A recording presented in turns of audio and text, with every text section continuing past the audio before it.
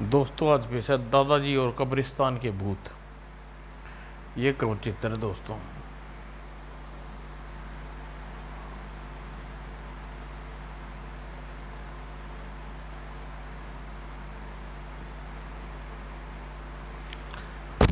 सूरज घाटी के जंगलों में जादूगर मियाल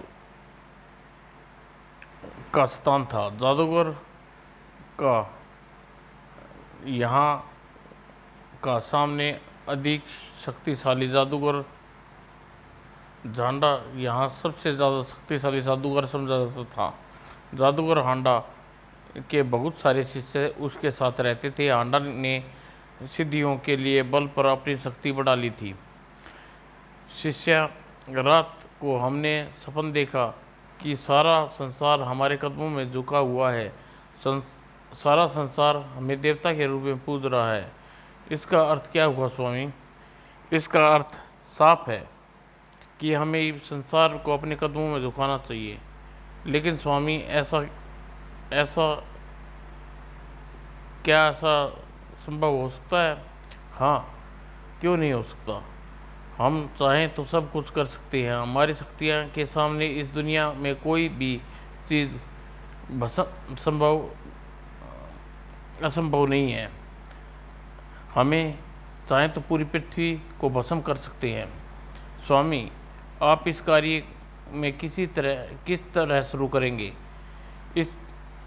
हमें अपनी जादुई शक्ति से एक राज्य को अपने अधीन करते जाएंगे और एक दिन जब सब जादूगर हांडा का हो जाएगा। लेकिन महाराज, इस जंगल में जादूगर सांबा नाम का एक दूसरा जादूगर भी है। आपको उससे अधिक शक्तिशाली वह तुमसे अधिक शक्तिशाली समझता है। जादूगर सांबा की यह मजाल हमसे टक्कर लेगा। आज हम उससे शक्ति का लोहा मनवाना कर रहेंगे। जादूगर सांबा के सामने पहुंचकर, जादूगर सांबा, तुमने मुझे ललकारा, अब तुम जिंदा नहीं छोड़ूंगा। हांडा, तुम्हारे अंदर घमंड आ गया है। घमंड का सिर हमेशा झुकता है। पागल सांबा, जा अपनी पूरी दुनिया को अपने कदमों में झुकाना चाहता हूँ। तुम मेरे आगे क्या झुकेगा? तभी जादूगर हांडा ने कुछ चावल के दाने जादूगर सांबा के ऊपर उछाल दिए। ले सांबा, ये चावल के दाने तेरी मौत। और तभी चावल के दाने आग के गोले बनकर सांबा के शरीर से टकराई और वहीं गिर पड़ा। और अगले ही पल सांबा मौत की नींद सो गया और एक धुएं का बादल आकर सांबा की ओर उड़ गया। तुच्छ सांबा हमसे मुकाबला करने चला था। वह भूल गया कि हांडा को पराजय का मुंह नहीं देखता। दूसरी ओर सोननगर के राज्य में का राजा धर्मवीर अपने महल में खड़े हुए पहाड़ के पीछे उड़ने वाले भयानक धुएं के बादल को देखा। महामंत्री जी, आज से पहले पहाड़ों के पीछे कभी ऐसा धुएं के बादल नहीं देखे। तुम जाकर पता लगाओ कि वहाँ क्या हो रहा है। जो आज्ञा महाराज, मैं अभी कुछ सैनिकों को भेजता हूँ। और सोनगढ़ की सेना के 10 सैनिक की टुकड़ी पहाड़ी क्षेत्र में बसे सूरज घाटी के जंगल की ओर रवाना हो गई। लेकिन सूरज घाटी के जंगल में पहुंचकर वह वापस उनकी स्थान पर पहाड़ियों के पीछे से धुएं के बादल ही नजर आया। लेकिन सैनिक के लौट के आने के कारण महाराज धर्मवीर विचलित हो गए। वह सैनिक जब सूरज घाटी के जंगलों में पहुंचे, जादूगर हांडा से उनका मुकाबला हुआ और हांडा ने उन्हें मंत्र द्वारा मार गिराया। उनके मरते ही विषैली धुआं आकाश में लहरा उठा। महामंत्री जी, क्या कारण है हमारे वीर सैनिक वापस नहीं लौटे? सूरज घाटी के जंगल में घना जंगली जानवरों से भरा हुआ हो सकता है जंगली जानवरों ने उन पर हमला कर दिया हो। वो सोनगढ़ के सैनिक हैं, अभी इतने कमज़ोर नहीं हुए कि यहाँ के जंगली जानवर को काबू में आ जाएं। जरूर कुछ रहस्य है। राजा धर्मवीर कुछ सैनिकों को और भेज दिया, वो वह भी नहीं लौट कर आए, और उस स्थान पर धुएं के बादल ही पहाड़ी के दूसरी ओर नजर आया, जिसने पूरे सोनगढ़ के खलबली मच गई और राजा धर्मवीर भी संचित हो उठे। महामंत्री, तुम फौरन जाकर दादाजी को खबर करो, मुझे इस घटना के पीछे कोई बड़ा रहस्य जान पड़ता है। जो गया महाराज। और थोड़ी देर बाद दादाजी राजा धर्मवीर के सामने थे। कहिए महाराज, आपने मुझे कैसे याद किया? दादाजी, जो दूर पहाड़ी के पीछे सूरजगढ़ के जंगलों के पीछे रहस्यमय धुएं के बादल उठ रहे हैं और जाने वाले कोई सैनिक आज तक वापस नहीं लौटा। सोनगढ़ में चलकर सोनगढ़ से चंदन नगर के जाने वाला रास्ता सूरजगढ़ की ओर ही जाता है। हमारी जनता में खलबली मच गई है कि जो कोई भी उस आदमी चंदन नगर की ओर नहीं जाता, जिससे सोनगढ़ और चंदननगर का संपर्क टूट गया है। कुछ लोग का कहना है कि उन्हें इस बारे पर एक भयानक प्रेत और भी देखा है। अगर हालत यही रही तो जनता हम पर विश्वास उठ जाएगा और उनका कोई हल सोचना होगा। मैं अपनी जान पर खेल कर इस रहस्य की गुत्थी को सुलझा कर रहूँगा। वैसे सूरज घाटी के जंगलों में कुछ जानवरों को निवास हो सकता है। यह काम किसी जादूगर का हो। जंगलों में कुछ जानवरों का निवास हो सकता है। यह काम किसी जादूगर का हो। आप जादू जानते हैं, उन जादूगरों से टक्कर ले। राजा धर्मवीर की आज्ञा लेकर दादाजी जरूरी सामान लिया और घर से रवाना हो गए। हो न हो यह काम जादूगर हांडा का हो सकता है, क्योंकि वह जादूगरी हांडा सूरज घाटी के जंगलों में सबसे शक्तिशाली जादूगर है। और थोड़ी देर बाद राजा धर्मवीर को पूरा महल धुएं के बादल से घिर गया और फिर एक भयानक आवाज़ उभरी, हा हा हा। राजा धर्मवीर, मेरा नाम जादूगर हांडा है। मैं पूरी दुनिया को अपने कदमों में झुकाने निकला हूँ और तुम्हारी जनता मेरी अधीनता स्वीकार करनी होगी और तुम्हारे एक एक आदमी को अंधा हो जाएगा। लेकिन तुम्हें सोचने की कुछ मोहलत चाहिए। ठीक है, हम तुम्हें पूरा 48 घंटे की मोहलत देते हैं, लेकिन फिर तुम्हें हमारी बात माननी पड़ेगी। यदि तुम्हें 48 घंटे में हमारी अधीनता स्वीकार नहीं की तो विषैला बादल पूरे राज्य को घेर लेगा और तुम अंधे हो जाओगे, और मैं सोचता हूँ कि तुम ऐसा कभी नहीं चाहोगे। धुएं के बादल 48 घंटे के लिए राजा धर्मवीर चिंतित हो गया। पता नहीं क्या होने वाला है। तभी दादाजी कुछ जरूरी सामान लेकर वापस लौट आए और राजा धर्मवीर ने उन्हें इस घटना के बारे में बताया। दादाजी, हमें 48 घंटे का समय है। आप निश्चिंत रहिए, महाराज जादूगर हांडा को काबू में करके रहूँगा। काश ऐसा ही हो। और थोड़ी देर बाद दादाजी सोनगढ़ से चंदन नगर की ओर जाने वाली सड़क पर, जो सूरज घाटी के भीड़ जंगलों से होकर गुजरती थी, चल दिए। दूसरी ओर जादूगर हांडा अपनी शक्तियों की ओर अधिक विकसित करने के लिए यज्ञ कर रहा था और कठोर यज्ञ करने के पश्चात उसने जादूगर हांडा उसी धुआं उठने लगा और धुएं से जादूगर नागराज की आकृति उत्पन्न हुई। हम तुम्हारी तपस्या से प्रसन्न हुए। हांडा, मांगो, क्या मांगना चाहते हो? मुझे इतनी शक्ति दो महाराज कि मैं इस पृथ्वी पर कोई भी जादूगर मेरा मुकाबला न कर सके। और देखना होगा, लेकिन शक्तियों का प्रयोग तुम मानव जाति की भलाई के लिए ही करोगे, अन्यथा वह शक्तियाँ रुष्ट हो जाएंगी। इसलिए इसके साथ ही नागराज की आकृति हवा में विलीन हो गई और जादूगर हांडा अब असीमित शक्ति का स्वामी था। हाँ, अब इस संसार में सबसे बड़ा जादूगर हूँ, मुझसे कोई नहीं जीत सकता।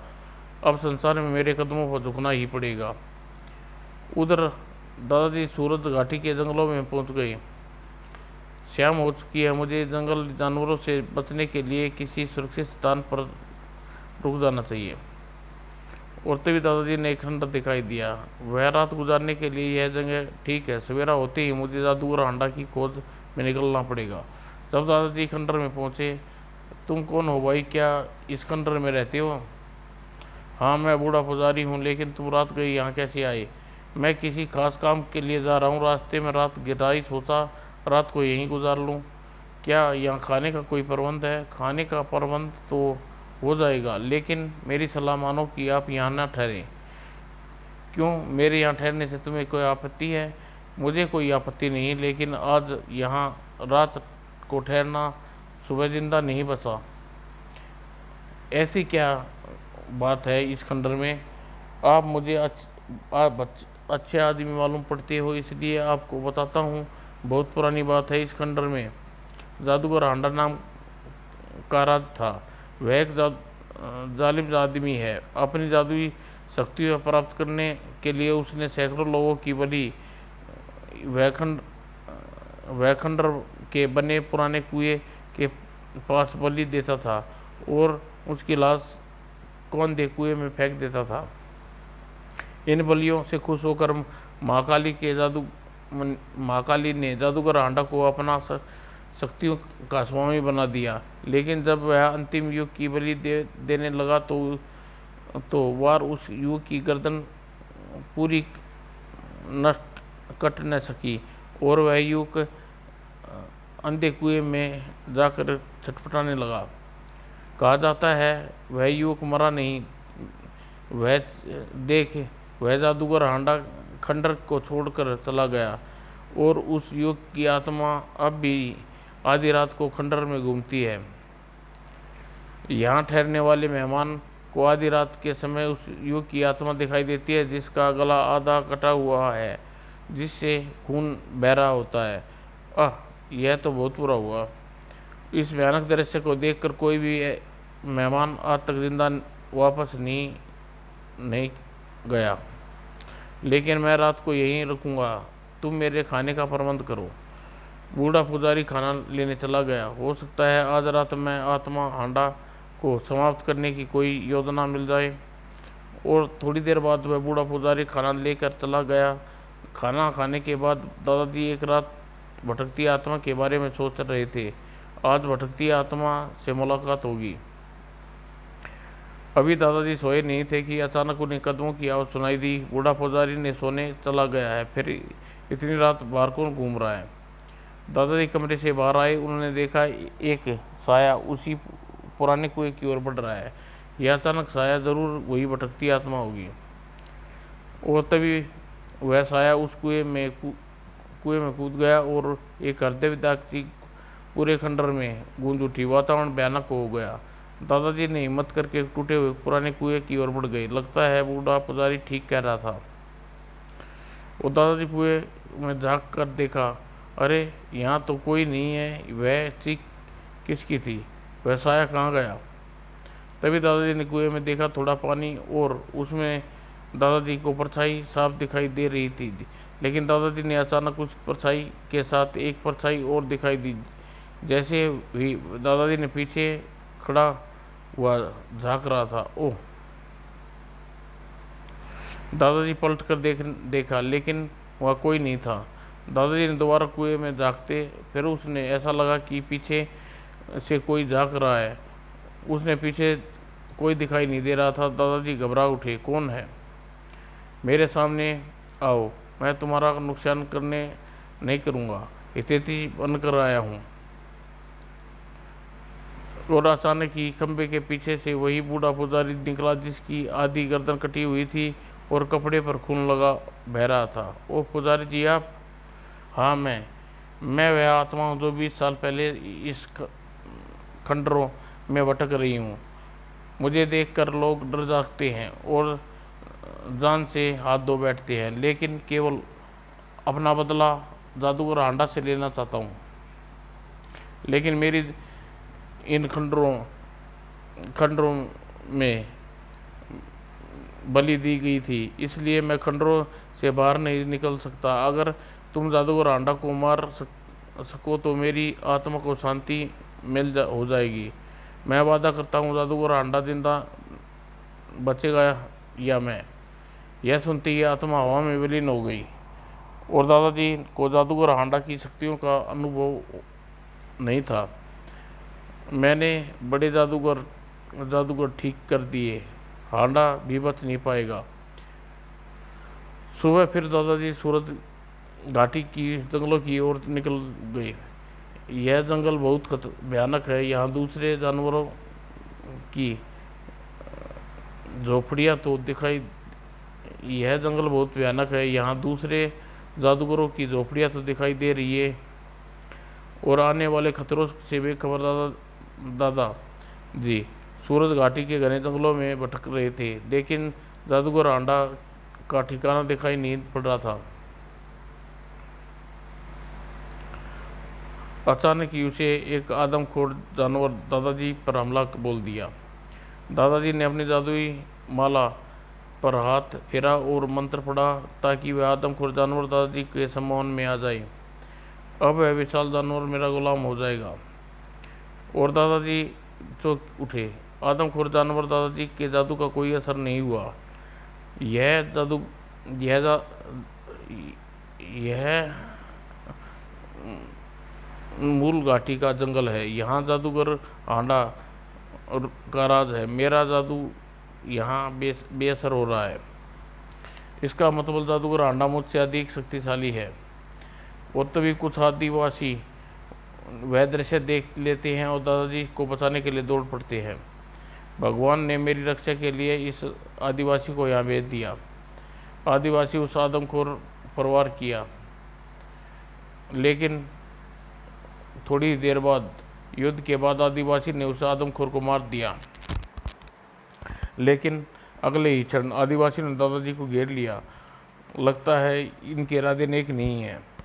चुपचाप हमारे साथ चलो, अब तुम हमारी कैद में हो। लेकिन मेरा कसूर क्या है? तुम्हारा कसूर यही है कि तुम जादूगर हांडा से बिना पूछे सूरज घाटी के जंगलों में आए हो। अच्छा, तुम जादूगर हांडा के आदमी हो। थोड़ी देर बाद आदिवासी दादा को जादूगर हांडा के सामने ले गई। महाराज, यह आदमी आपके राज्य में घुस आया है, ले जाओ इस बूढ़े को और कैद कर लो। जादूगर हांडा तेरा घमंड चूर चूर कर दूंगा। चुप रहे बूढ़े। दादा, पूरे संसार में मुझसे अधिक शक्तिशाली जादूगर कोई नहीं है। मैं पूरे संसार को अपने कदमों में झुकाना जा रहा हूँ और बूढ़े तुझसे टक्कर लेने चला है। ले जाओ इसे और कैद कर लो। वह आदमी दादाजी को कैद खाने ले चला। यदि मैं कैद में जल्दी न निकल पाया तो जादूगर हांडा राजा धर्मवीर का सारा राज्य हड़प लेगा। यदि आदिवासी ने दादाजी को कैद करके चला गई। जल्दी जादूगर हांडा को असर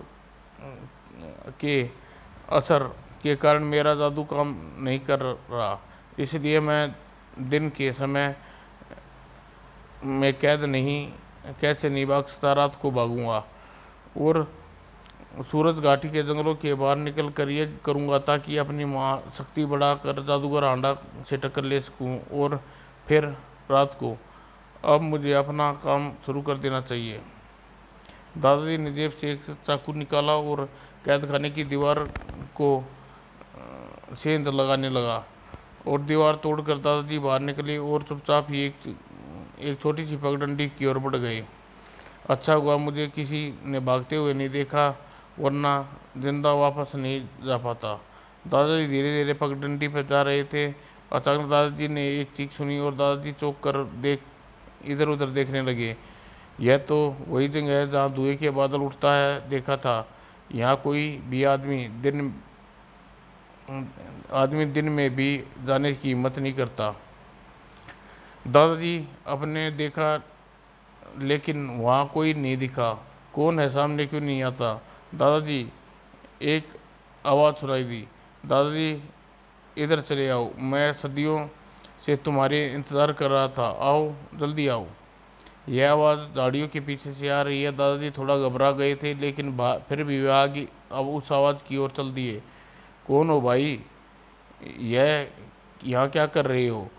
वह अब वह आवाज़ थोड़ी दूर एक पगडंडी के रास्ते से आ रही थी। आ जाओ, आ जाओ, मैं तुम्हारा इंतजार कर रहा हूँ। दादाजी उबड़ खुबड़ वाले रास्ते से होते हुए पुराने खंडरों की ओर चल दिए जहाँ से आवाज़ आ रही थी। जैसे ही दादाजी खंडर में घुसने, सामने एक विशाल काय आकृति उभरी। तुम कौन और मुझे किस लिए बुलाया? मैं देवा प्रेत हूँ, शैतान प्रेत। मुझे अंधा कर दिया गया, मुझे कुछ नहीं देख सकता।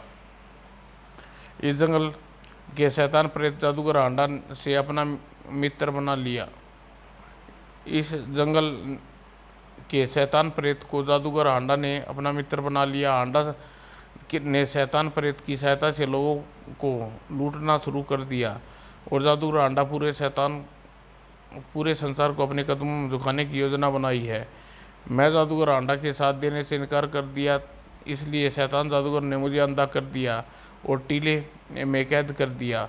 अंधा होने के कारण मैं यहाँ से भाग नहीं सकता और मैं सहायता के लिए लोगों को इसी तरह आवाज़ देता रहता हूँ, लेकिन सभी लोग मेरी आवाज़ सुनकर भाग जाते हैं या वे मर जाते हैं, जबकि मैं किसी को नुकसान नहीं पहुँचाना चाहता। मैं तुम्हारी क्या सहायता कर सकता हूँ प्रेत देवता? दादाजी, तुम देख सकते हो, तुम मुझे जंगल से बाहर पुराने कुएं तक पहुंचा दो। वहाँ मेरा निवास स्थान है, वहाँ पहुंचकर मेरे साथी मिल जाएंगे। ठीक है, मुझे मंजूर है। और आज बरसों बाद मुझे तुम जैसा साहसी आदमी मिला है, मेरी परेशानी को समझ रहा है। दादाजी उस प्रेत के कंधे पर बैठ गए और रास्ता बताने लगे। अब दाएं चलो, पगडंडी के साथ साथ आगे बढ़ते चलो। दादाजी उसके कंधे पर बैठकर प्रेत बड़ी तेजी से भाग जा रहा था। अगर हम इसी रफ्तार से चलते रहे तो बहुत जल्द सूरज घाटी के जंगल से निकल जाएंगे और शैतान प्रेत हमारे पीछे पड़ सकते हैं, इसलिए तेज जा रहा हूँ। थोड़ी देर बाद ही पुराने कुएं के पास पहुँच गई। बस दादाजी, यही कुआं मेरा निवास स्थान है। यहाँ पर रहकर ज़िंदगी भर यह स्थान मैं ज़िंदगी भर नहीं भूलूंगा। मैं जादूगर हांडा से टक्कर लेने के लिए यह करूँगा ताकि मेरी शक्तियाँ विकसित हो। मुसीबत में कभी भी मुझे याद करोगे तो मैं पहुँच जाऊँगा। दादाजी से विदा लेकर प्रेत देवता कुएं में समा गया। मुझे यहीं पर यह शुरू कर देना चाहिए। तभी दादाजी ने बड़ गड़ की आवाज़ सुनी और जैसे आकाश में कोई बिजली चमकी हो। लगता है बारिश आने वाली है। मुझे यह करने के लिए किसी सुरक्षित स्थान पर पहुंचना चाहिए। और लेकिन ऐसे नहीं था। गड़गड़ाहट की आवाज़ शैतान प्रेत की थी। हा हा, तुम बचकर नहीं जा सकते दादाजी। देवा प्रेत मेरी रक्षा करो। शैतान प्रेत मुझे मार देना चाहता है। तभी तेज हवा का साथ देवा प्रेत प्रकट हुआ। मेरी आंखें ठीक हो गई हैं, अब मैं देख सकता हूँ। मेरे रहते शैतान प्रेत तुम्हारा कुछ नहीं बिगाड़ सकता। दादी, तुम मेरी सहायता की थी, मैं तुम्हारी सहायता करूँगा। और शैतान प्रेत, तूने धोखे से मुझे अंधा कर दिया था, अब मैं तुझे नहीं छोड़ूंगा। पहले मैंने तुझे अंधा किया था, लेकिन अब तू बच निकला। अब मैं प्रेत योनि से भी मुक्ति दिला दूंगा। दोनों प्रेतों में घमासान युद्ध छिड़ गया। जैसे ही आकाश और पृथ्वी आज कुछ भी नहीं बचेगा। अचानक देवा प्रेत एक मंत्र पढ़कर कुछ फूल शैतान प्रेत पर दे मारे। यह क्या कर रहा है, बचाओ। और शैतान प्रेत के शरीर में फूलों टकराने से वह जलने लगा। आज तुझे कोई नहीं बचा सकता। तेरे सारे पाप इस आग में जलकर नष्ट हो जाएंगे और तू प्रेत योनि से मुक्ति पाएगा। अगले ही पल वह शैतान प्रेत की आत्मा शरीर छोड़ के हवा में विलीन होगी। अब आप अपना यज्ञ कर सकते हैं दादाजी, तुम्हें कोई नहीं रोकेगा। अगर शैतान प्रेत दोबारा प्रेत योनि में आ गया तो वह तुम्हारे लिए मुसीबत बन जा सकेगा।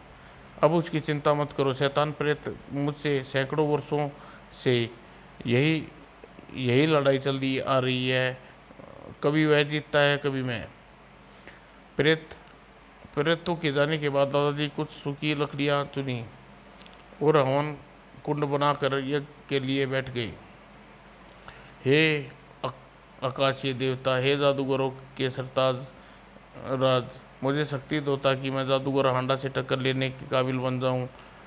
तभी उसके सामने धुएं की एक लकीर सी उत्पन्न हुई और फिर वह प्रकाश पुंज में बन गई। नागराज, स्वामी स्वामी, दादाजी का नमस्कार। और प्रकाश पुंज नागराज की आकृति में बदल गया। क्या बात है बच्चा, मुझे क्यों याद किया? तुम्हें क्या कोई कष्ट है? महाराज, जादूगर हांडा ने पृथ्वी पर आतंक मचा रखा है। वह आपकी शक्तियों को इतनी बढ़ा चुका है कि उसके सामने जो कोई भी कार्य मुश्किल नहीं रहा। शक्तियों को वह इतनी विनाशकारी कार्यों में लगा रहा है। उसका विचार है कि सारे संसार को अपने कदमों में झुकाएगा और उस कार्य के लिए उसने सैकड़ों बेगुनाहों को मौत की नींद सुला दिया। यह तो उसने बुरा किया। हमने उसे शक्ति केवल इसलिए दी थी कि अपनी शक्तियों से लोगों की भलाई के लिए प्रयोग करे। अब आप कोई रास्ता बताइए महाराज। अब जादूगर हांडा का अंत जरूरी है। मैं तुम्हें एक अंगूठी दे रहा हूँ, उसकी सहायता से तुम्हारा जादू हांडा के क्षेत्र में भी काम कर सकेगा और उस पर विजय प्राप्त कर सकोगे। और कहते हुए नागराज की आकृति हवा में विलीन हो गई और नागराज तो गायब हो गए, लेकिन वह अंगूठी नहीं दे गई। तभी दादाजी के हाथ में अंगूठी आकर पड़ी। अरे अबे जादूगर हांडा का टक्कर लेनी चाहिए। अरे वाह, अब मुझे जादूगर हांडा से टक्कर लेनी चाहिए। लेकिन तभी आकाश में एक आवाज़ उभरी। दादाजी, यदि आपने अपने इस अंगूठी का गलत प्रयोग किया तो यह जादूगर हांडा के जैसा अंत तुम्हारा भी होगा। आप निश्चिंत रहे नागराज, मैं कभी इस अंगूठी का गलत प्रयोग नहीं करूंगा। और अब मुझे यह जादूगर हांडा से टक्कर लेने के लिए जाना चाहिए। समय बहुत कम रह गया है। फिर दादाजी जंगल की ओर चल दिए। दादाजी जादूगर के अड्डे तक जाने के लिए रवाना हो गए। रास्ते में उन्हें एक छोटा सा कब्रिस्तान दिखाई दिया। लगता है इस कब्रिस्तान में कोई आदमी नहीं आता। यह बिल्कुल उजाड़ पड़ा है। शायद यहाँ जादूगर हांडा के प्रभाव के कारण ही कोई नहीं आता। दूसरी ओर प्रेत आत्मा जादूगर हांडा के पास पहुंची। हांडा देवा, प्रेत मुझे हरा दिया। अब मैं तेरी रक्षा नहीं कर सकता। और देवा प्रेत उस बूढ़े दादा के साथ दे रहा है। ओह, वह बूढ़ा दादा हमारे कैस में से भी भाग निकला और देवा प्रेत को भी आज़ाद कर दिया। वह मुझसे टक्कर लेने के लिए तैयारी में है। लेकिन मैं भी दादा जी को नहीं बख्शूंगा। पूरे संसार में मेरी शक्तियाँ सबसे अधिक है। फिर वह दादा मेरे सामने क्या औकात है। और फिर शैतान प्रेत की आत्मा गायब हो गई। और दादाजी ने देखा एक कब्र का ढक्कन धीरे धीरे ऊपर खुल रहा था। अरे यह क्या, कब्र अपने आप खुल रही है। लगता है यहाँ भूत प्रेतों का आवास है। तभी कब्र से एक नरकंकाल निकला। हाँ, मैं कंकालों का राजा हूँ। तुम एक कंकाल बनकर इस कब्र में सो जाओगे। हाँ, यह कंकाल मेरी ओर बढ़ रहा है। ओह, यह कंकाल मेरी ओर बढ़ रहा है, इससे बचना होगा। और उसके बाद दादाजी ने देखा कि छोटी छोटी कब्रों से कई कंकाल निकले। उन्हें दादाजी को घेर लिया। दादाजी, यह जादूगर हांडा से टक्कर लेने से पहले हमसे लड़ना होगा। दादाजी जान बचाने के लिए एक तरफ भाग लिए। दादाजी जी ने भागकर उन कब्रों को में जागा जहाँ से कंकाल निकल के आया था। दादाजी ने यह देखकर चौंक गए उठे जिन कब्रों से नर कंकाल निकल कर उस से नीचे उतरने के लिए सीढ़ी बनी हुई है।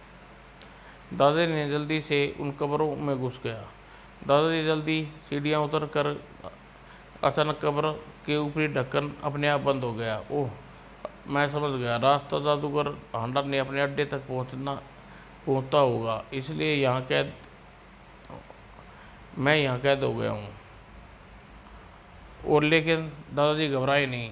हे देवा प्रेत, मुझे किसी तरह यहाँ से निकालो। और देवा प्रेत ने प्रकट होकर कब्र का ढक्कन ऊपर से खोल दिया और दादाजी को बाहर निकल आए। अगर आज तू मेरी मदद अगर आज तुम मेरी मदद न करते तो मैं मर जाता, लेकिन वह कंकाल कहाँ गए जिन्होंने मुझे यहाँ कैद किया था? मुझे देखकर भाग गए वह शैतान प्रेत के साथी थे। और उसके बाद देवा प्रेत भी गायब हो गया। लगता है जादूगर हांडा बहुत शक्तिशाली है, लेकिन अब उसे छोड़ूंगा नहीं। सुबह होने से पहले जादूगर हांडा का नाम ही दुनिया से मिटा दूंगा। दादाजी कुछ आगे बढ़े। अंधेरे में आंखें चमक रही थी। लगता है जादूगर हांडा चारों ओर जाल फैला रखा है। अंधेरे में मैं कुछ देख नहीं पा रहा हूँ। मुझे आगे आग जलाकर थोड़ा उजाला कर देना चाहिए। और दादाजी ने लकड़ियाँ बटोर कर आग लगाई। अब ठीक है। अचानक आग जंगल की झाड़ियों में लग गई और सारा जंगल में आग भड़क उठी। ओह, यह तो बहुत बुरा हुआ। दादाजी ने भड़कती आग देखकर एक और भाग लिए, लेकिन अंधेरे में आंखें भी उसका पीछा कर रही थी। तेज आग के कारण दादाजी ने देखा विशाल आदमखोर पक्षी दादाजी पर झपट रही है। और ऐसे नहीं मानेंगे, अपनी जादुई तलवार निकाल लेनी चाहिए। दादाजी ने तलवार की तेज धार दोनों पक्षियों की गर्दन काट डाली। जादुई अंगूठी के कारण मेरी तलवार जादुई हांडा के क्षेत्र में काम कर रही है। ऐसा मालूम होता ही क्षेत्र में सारा जनजीवन इन जादूगर हांडा के इशारे पर चलता है, लेकिन अब मेरा कुछ नहीं बिगाड़ सकता। तभी दादाजी ने देखा एक विशालकाय जानवर उसकी ओर बढ़ रहा है। वह जानवर से निपटना मुश्किल है। तभी दादाजी ने अपनी जादुई तलवार उस जानवर पर फेंक कर मारी। अगले ही पल जानवर धराशायी हो उठा। इतनी भयानक जानवरों के कारण आज तक कोई भी व्यक्ति सूरज घाटी के जंगलों में जिंदा वापस नहीं लौटा। दादाजी अपने ख्याल में मगन इस बात से ध्यान में नहीं रहा था। आदमखोर पेड़ उसकी जटाओं उसकी पैरों को जकड़ लिया। ओह, यह आदमखोर पेड़ बहुत खतरनाक है। और तभी दादाजी की तलवार उन जटाओं को काट डाला। यदि मेरी जादुई तलवार न होती तो कंकाल बन जाता, यहाँ से न निकल पाता। उसके बाद दादाजी वहाँ नहीं रुके, क्योंकि पीछे जंगल में आग लगी थी, इसलिए कोई भी जंगली जानवर उसका पीछा नहीं कर सका। अचानक दादाजी की नज़र खंडरनुमा पेड़ों के झुंड के ऊपर पड़ी। पेड़ों के झुंड के ऊपर एक विशालकाय किला दिखाई दिया। इस किले में जाने का कोई रास्ता नज़र नहीं आ रहा। हो सकता है जादूगर हांडा अपने लिए सुरक्षित तिलस्म बना रखा हो। तभी उसने पेड़ की देखा और उस पेड़ के बीचों बीच तहखाने जाने की सीढ़ियाँ नजर आने लगी। मिल गया तिलस्म में जाने का रास्ता। अब जादूगर हांडा दूसरा दिन नहीं देख पाएगा। दादाजी सीढ़ियाँ उतर कर नीचे आ गए। जैसे ही दादाजी सीढ़ियों से नीचे उतरकर अपना पेड़ का बना हुआ दरवाज़ा अपने आप बंद हो गया। यह तिलस्म तभी टूटेगा जब जादूगर हांडा को मार दिया जाएगा। दादाजी अब बहुत नीचे उतर आए थे। अगर जादूगर ना मरा तो मैं जीवन भर इसी तिलस्म से बाहर नहीं निकल सकूँगा। और दूसरी तरफ शैतानी आत्मा हांडा को बता रही थी, हांडा होशियार, हांडा दादाजी तिलस्म में घुस आए हैं, मैं उन्हें रोकने में असमर्थ हूँ। तुम उसे रोको। तुम मेरे तिलस्म को मामूली न समझो। दादाजी समय ही तिलस्म में कैद हो जाएंगे और भूख प्यास के कारण जान दे देंगे। दादाजी तिलस्म के खाने में पहुंच गए। इस विशाल कमरे से बाहर 12 दरवाजे हैं, लेकिन कोई एक दरवाज़ा आगे जाने का रास्ता होगा। लेकिन असली दरवाजे का पता लगा लगा कैसे? गलत दरवाजे में खोलने पर कोई गड़बड़ हो सकती है। तभी देवा प्रेत की आवाज़ हो, दादाजी तिलस्म दादाजी मैं तिलस्म में नहीं आ सकता, लेकिन तुम मेरी आवाज़ सुन सकते हो। बाएं हाथ के 5वें दरवाजे के अंदर तुम जा सकते हो। बाकी सिर्फ दरवाजे खोलने से आग और तूफान आ जाएगा। दादाजी ने देवा प्रेत का शुक्रिया अदा किया, फिर 5वें दरवाजे के अंदर चले गए। यदि देवा प्रेत हर मुसीबत में मेरी सहायता न करता तो मैं जादूगर हांडा के हाथों मारा जाता। जादूगर हांडा अपने तिलस्म में शीशे में देख रहा था। यदि देवा प्रेत ने दादाजी का साथ न दिया होता तो दादाजी आग के तूफान में भस्म हो गए होते। मैं अपनी जादू शक्ति से देवा प्रेत और ताऊ जी के संबंध तोड़ देता हूँ, फिर देखता हूँ बूढ़ा कौन बचाएगा। जादूगर हांडा ने कोई मंत्र पढ़ा जिससे जिससे दादा जी और देवा प्रेत की आवाज़ नहीं सुना सकी। ओह, मेरी आवाज़ नहीं सुन सके। अब तुम्हारा खेल खत्म हुआ और सोनगढ़ का राज्य मेरा होगा। अब दादाजी जिस कमरे में पहुंच गए थे वहां फर्श पर में काले और सफ़ेद चौक से बने हुए थे। फर्श के इन चौखनों में ज़रूर कोई रहस्य होगा। देवा प्रेत बार बार पुकारने पर भी दादाजी का उत्तर न मिला। वह विचलित हो उठे। ओह, देवा प्रेत के साथ कोई गड़बड़ हो गई। तब दादाजी ने हाथ में पड़ी अंगूठी से आवाज़ निकली, हाँ दादाजी। जादूगर हांडा ने देवा प्रेत की आवाज़ अपने जादू तक यहाँ से पहुँचने से रोक दिया है। काले रंग के चौखरों पर बढ़ते चलो। सफ़ेद चौखनों पर पैर रखते ही सैकड़ों फुट नीचे खाई में गिर पड़ोगे। दादाजी ने काले चौखनों पर चलते हुए आगे बढ़े और थोड़ी देर बाद जहाँ पहुँचे ऊपर चढ़ने के लिए सीढ़ियाँ बनी हुई थी। हो सकता है इन सीढ़ियों में भी कोई रहस्य हो, मुझे पहले पता लगा लेना चाहिए। दादाजी ने जैसे ही छोटे से पत्थर को पहली सीढ़ी की तरफ पर रख दिया, पहली सीढ़ी पर विशालकाय चट्टान आ लटकी और पत्थर चूर चूर हो गया। इस प्रकार यदि मैं पत्थर के स्थान पर मैं होता तो शायद मेरी लाश पहचान में नहीं आ सकती थी। थोड़ी देर बाद चट्टान ऊपर की ओर खिसकी। दादाजी ने सभी सीढ़ियों को चेक किया, लेकिन सही थी। अब मुझे ऊपर चढ़कर आगे बढ़ना चाहिए। और ऊपर पहुंचकर दादाजी ने देखा और गुफा के मोड़ पर कुछ उजाला। लगता है जादूगर हांडा यहीं पर होगा। तभी दादाजी ने अंगूठी बोली, दादाजी उस उजाले की ओर मत जाना। मोड़ते ही वहाँ एक तेज हीरा रखा हुआ है जिसके देखते ही रोशनी आदमी को अंधा हो जाता है। दादाजी बाल बाल बचे वह उसकी ओर बढ़ चले।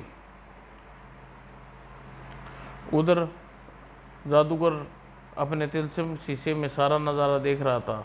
ओह, यह बूढ़ा दादाजी तो बहुत चालाक मालूम होता है।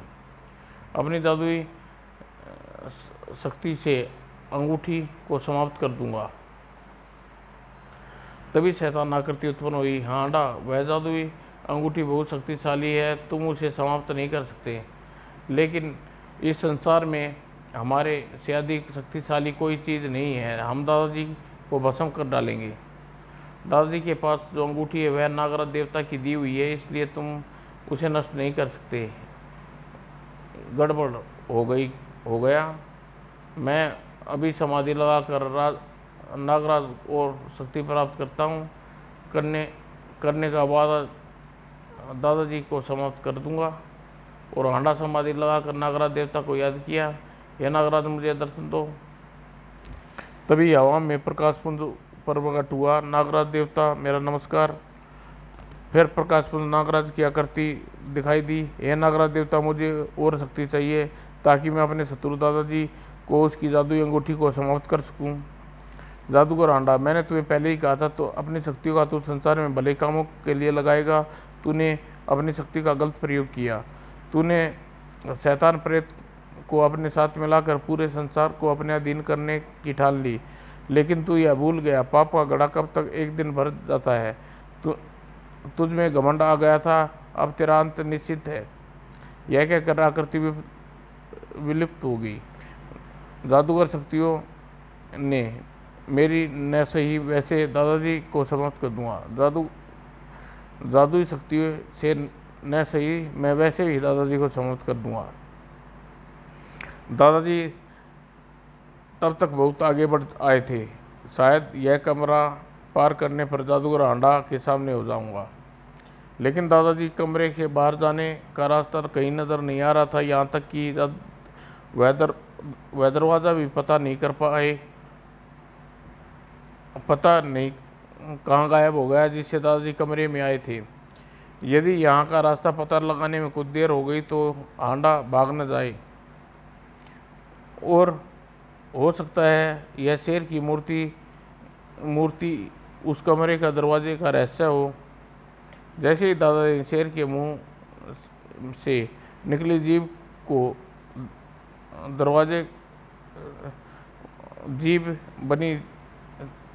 एक दरवाज़ा बाहर की ओर खुला, बन गई बात। जैसे ही दादाजी कमरे के बाहर आए, वहाँ जादूगर हांडा दिखाई दिया।